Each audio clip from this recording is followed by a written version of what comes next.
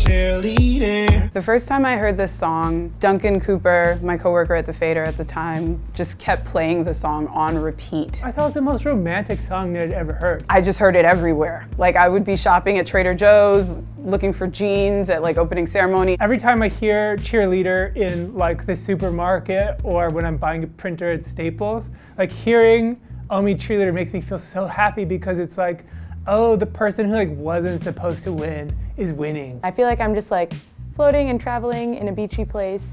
And then he like really politely tells off some girl for his cheerleader and I'm like, this is like the happiest ever. About you now that I need you. I was like losing my shit when I first heard it, but it was like a euphoric losing your shit. Like it was like I was floating and my mouth like couldn't make words. I never quite understood why people hated Bieber as much as they did. I kind of understood it. I know he was a little bit of a jerk. I kind of like that about him sometimes. The existence of like a major hit pop song where the chorus is a synth riff is the most 2015 thing that could happen.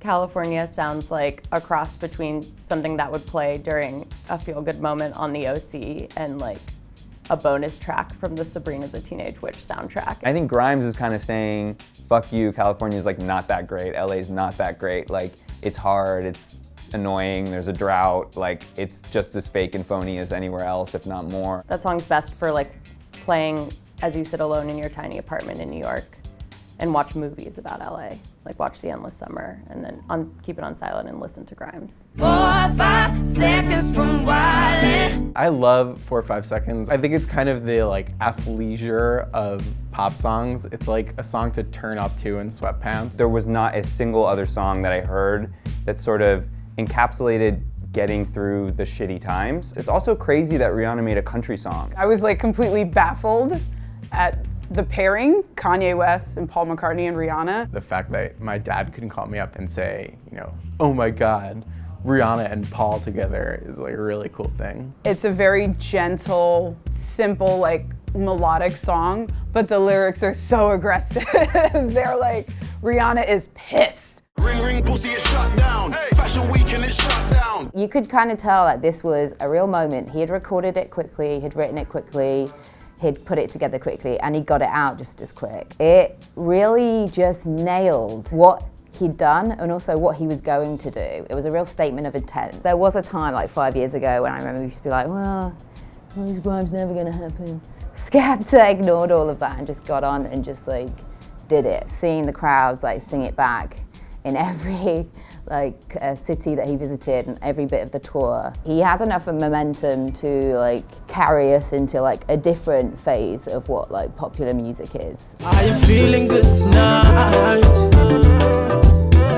African music and Asian music, or just generally music that comes from other parts of the world, are sort of striking a chord with people here in a way that's really nice and really refreshing. One of the great things about Ojuelegba is that it's not a sort of like halfway African, halfway American song. Like it's a straight African song. Like Wizkid is not someone who really compromises when it comes to sound. I'm happy that Drake jumped on the Wizkid song. I think it's great, like good for Drake, that's what he does and he makes the song more famous, but I think it's really important to say that that song never needed him. That song is perfect on its own and it didn't need any cultural translation. It's just a good feeling, and sometimes that's really all you need out of a song, even if you don't know exactly what the guy's talking about.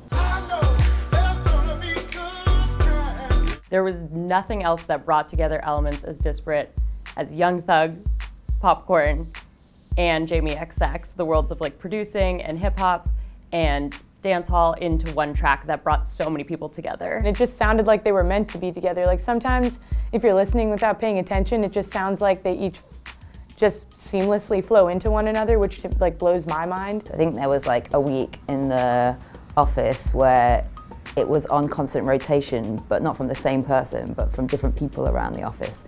Somebody would play it, they'd maybe walk past, and that would mean somebody else in another part of the office would start playing it. And it was just like this constant like looping.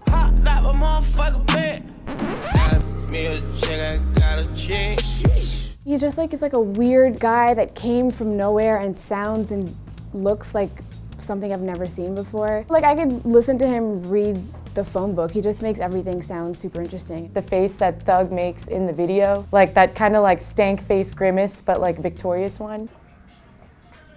Like it's like that. People in hip hop and like beyond hip hop, I guess, give Thug such a hard time. Like Constantly Hating is just a really, really sweet, strong, sort of like self-positive way that he sort of claps back, but without being like really aggro about it. I think it's a really wrong assessment to think of him as sort of like erratic or wild. The thing that's so special about him is not just that he has a million ideas or crazy ideas, but that he's just like really, truly one of the best songwriters of this generation.